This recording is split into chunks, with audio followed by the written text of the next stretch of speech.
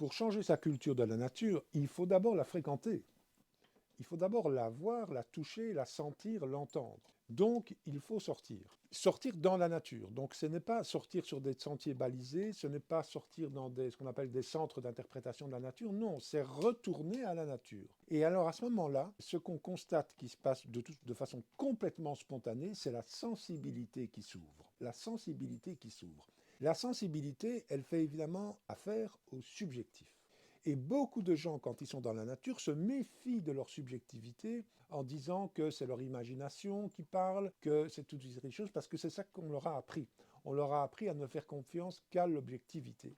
Mais aller dans la nature, c'est retrouver sa sensibilité, autoriser sa sensibilité, ne pas juger sa sensibilité. Et à ce moment-là, il se passe quelque chose d'extraordinaire, c'est qu'il y a toute une série de sensations, de sentiments, de pensées qui arrivent. Et il faut essayer de ne pas les refouler, de ne pas les trier, de les accepter. C'est à partir de ce moment-là qu'on retrouve réellement sa place dans la nature. Ce n'est pas en suivant des sentiers balisés et en lisant des panneaux qui nous expliquent la fin du monde dans quelques années qu'on va retrouver cette sensibilité. C'est vraiment retrouver sa propre subjectivité. Moi, je regrette beaucoup que dans les écoles, la subjectivité ne soit pas à l'honneur. Parce que, comme je le dis depuis tellement de temps, le seul monde dans lequel nous vivons, c'est notre monde intérieur. Nous ne vivons pas dans le monde extérieur, nous vivons dans un monde extérieur que nous interprétons par rapport à notre monde intérieur. Donc il est très important de devenir ami avec ce monde intérieur, de le connaître, de l'explorer, de le ranger parfois quand il faut le ranger,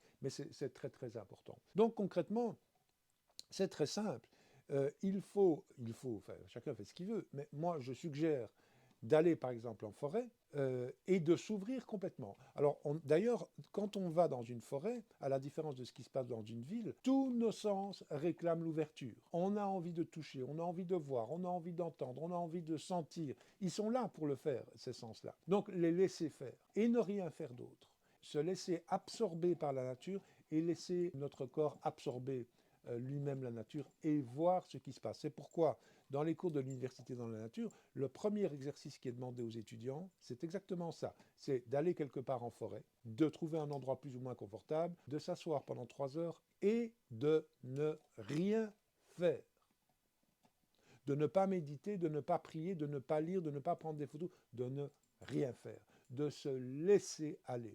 Et ça donne des résultats, ça fait quand même quelques années que je le vois, ça donne des résultats extraordinaires parce que très peu de gens, en fait, considèrent la nature comme un lieu où on peut ne rien faire. Souvent, on va aller faire du sport, on va travailler dans la nature, mais ne rien faire, peu de gens le font. Et c'est une expérience extraordinaire parce que c'est comme ça que la nature nous remplit. Et c'est pour ça que d'ailleurs nous avons appelé l'université dans la nature de ce nom. C'est grâce à une phrase très célèbre de Bernard de Clairvaux au Moyen Âge qui disait vous apprendrez beaucoup plus sur les pierres et sur les arbres que sur les lèvres d'un professeur. Eh bien, c'est à ce moment-là que ça se passe, quand on ne fait rien. C'est que quand on se trouve donc dans une situation où on ne fait rien, on laisse son esprit se balader, notre cerveau se met dans un mode particulier qui est ce qu'on appelle le mode par défaut. Le mode par défaut, c'est un mode dans lequel nous sommes très souvent, mais de façon assez courte, où plusieurs zones du cerveau vont se connecter. C'est comme ça d'ailleurs qu'arrivent beaucoup d'idées, beaucoup de solutions. Très souvent, par exemple, on cherche à se souvenir d'un nom, du nom de quelqu'un, on n'arrive pas, on cherche, et puis finalement on prend son bain ou sa douche et hop, le nom apparaît. C'est grâce au mode par défaut du cerveau qui, en reconnectant différentes zones, fait revenir certaines informations. Donc, c'est peut-être ça l'explication scientifique de la phrase de Bernard de Clairvaux, quand nous sommes dans la nature, qui est un lieu idéal pour penser, pour plusieurs raisons, eh bien, il y a des informations qui nous reviennent.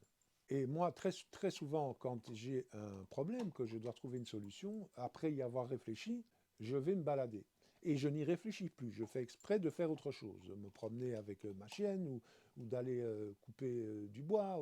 Bref, mais je vais dehors. Et très souvent, je dirais dans 8 cas sur 10, quand je reviens, soit j'ai trouvé une solution que je n'attendais pas, soit j'ai changé ma vision du problème, ma vision de la question, et je reformule ma question autrement, ce qui m'aide à trouver une solution. Et c'est intéressant de savoir que la science nous explique que ce phénomène-là se passe beaucoup plus quand on est dans la nature que quand on est dans la ville. Parce que quand on fait des expériences par exemple sur la rumination mentale, et qu'on prend deux groupes, l'un qu'on envoie dans la nature et l'autre qu'on envoie dans la ville, eh bien on se rend compte que la rumination mentale cesse pour le groupe qui s'est promené dans la forêt, mais continue pour le groupe qui s'est promené dans la ville. Parce que la ville génère de la rumination mentale, ce que ne fait pas la forêt.